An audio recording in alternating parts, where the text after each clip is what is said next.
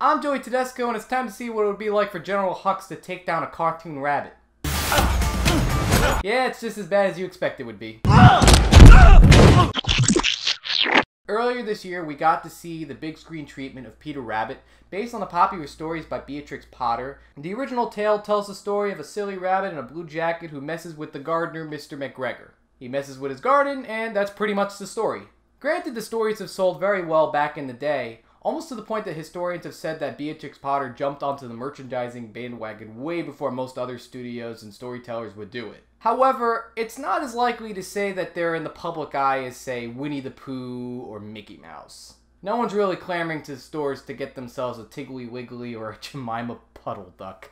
That's the name of the character. Even as a kid and even as an adult, I never really found myself calling to these characters. I'll even go as far as to say that they're kind of lame. But I understand that it has a fan base, I understand it has an audience, and I completely understand the artistry that went into the making of these books. I myself never really found myself to be a fan of them. Peter and his friends have also appeared in other cartoons and movies, which then bring us to today's movie, which, at the time it was released, I didn't want to see. I saw the trailers and I was not impressed. Seeing the trailers, you get the impression that this is going to be a cash grab. You see the characters being voiced by popular actors, using popular music, trendy music, Portugal the Man for some reason. I saw this trailer and I got the impression all they wanted to do was have themselves another Smurf franchise. However, give the movie a chance, see if it's like that. Hopefully it isn't. We'll find out. So your movie opens up with one of the worst cliches in most of these Sony Pictures animated movies. The Columbia girl is messing with a side character from the movie. I get it, it was funny at first, but this has been going on since 8 Crazy Nights. Let's do something different or just start the movie. I'm just getting tired of it.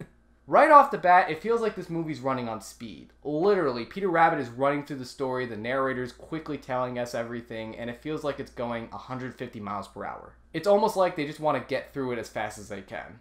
Which, granted, at the beginning of the movie, when the audience needs to know everything that's going on in the movie, isn't quite a good idea. We get to see Peter's friends, which include Tiggly Wiggly and Jemima Puddle Duck.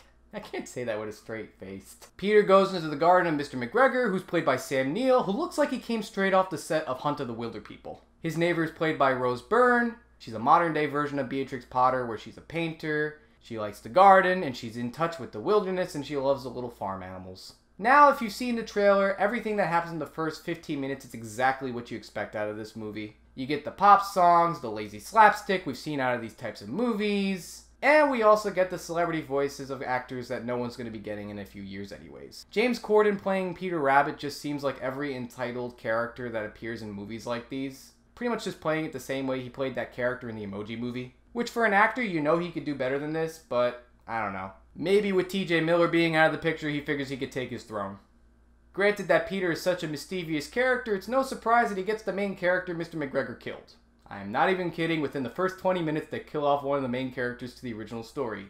It's almost like the filmmakers want to acknowledge the Game of Thrones audience when watching this movie. This is when Domhnall Gleeson steps in, playing Mr. McGregor's long-lost nephew, playing a store manager of this department store, having no idea who Sam Neill's character was, finds out that he passed away. His immediate response is, alright, well, am I still getting a promotion? Kind of funny, and it's an indication of what his character's going to be like. Pretty much playing this emotionally unbound character who just can't stand rabbits. He finds this house, he wants to flip the property, he wants to make a quick buck, but then these animals are coming into the picture and ruining everything, and this is where the real comedy comes in. Which I did not expect myself saying, but this movie actually does get funny. He follows the family legacy of McGregor's and tries to kill off these characters. Rose's character is seen trying to serve as an advocate for the animals, but because Domhnall and Rose are two attractive young leads in a movie together, they fall in love. Suddenly the goal becomes confused when he's got a love interest, and Peter Rabbit is in the middle of this because he sees Rose Byrne as a love interest, believe it or not.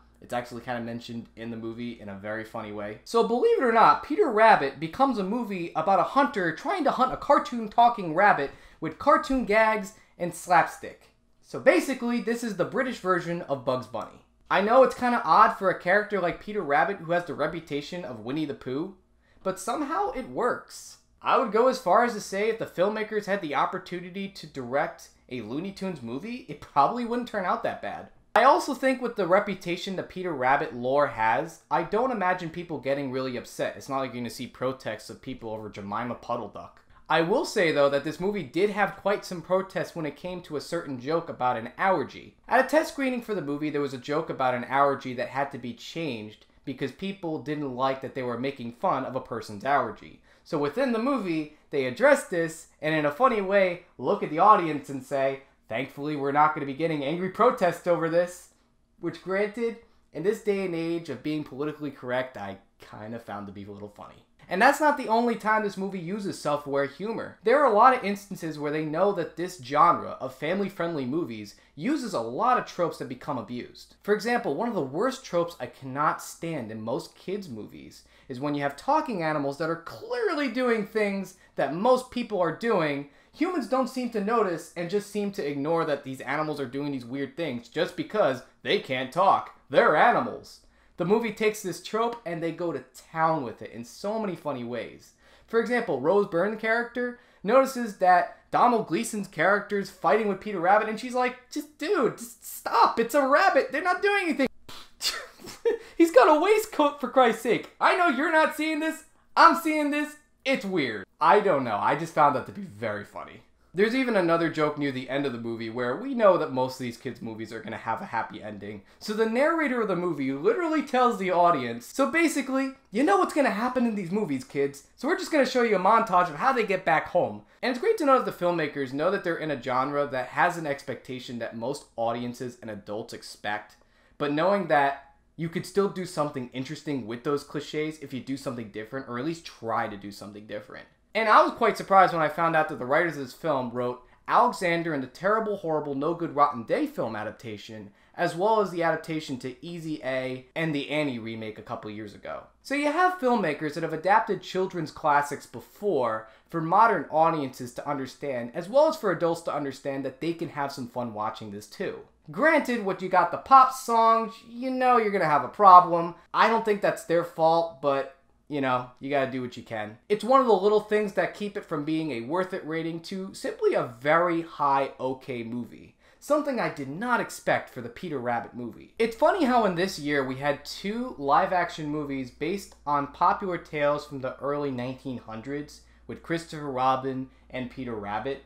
And while Christopher Robin has a reputation of having these popular characters that we're all widely familiar with, manages to be less entertaining than Peter Rabbit, which to me is a shame to say, but honestly, what it comes down to is confidence. I think the filmmakers behind Peter Rabbit were a little bit more confident in their choices as to what style the movie was going to be, as opposed to what the filmmakers for Christopher Robin had in mind.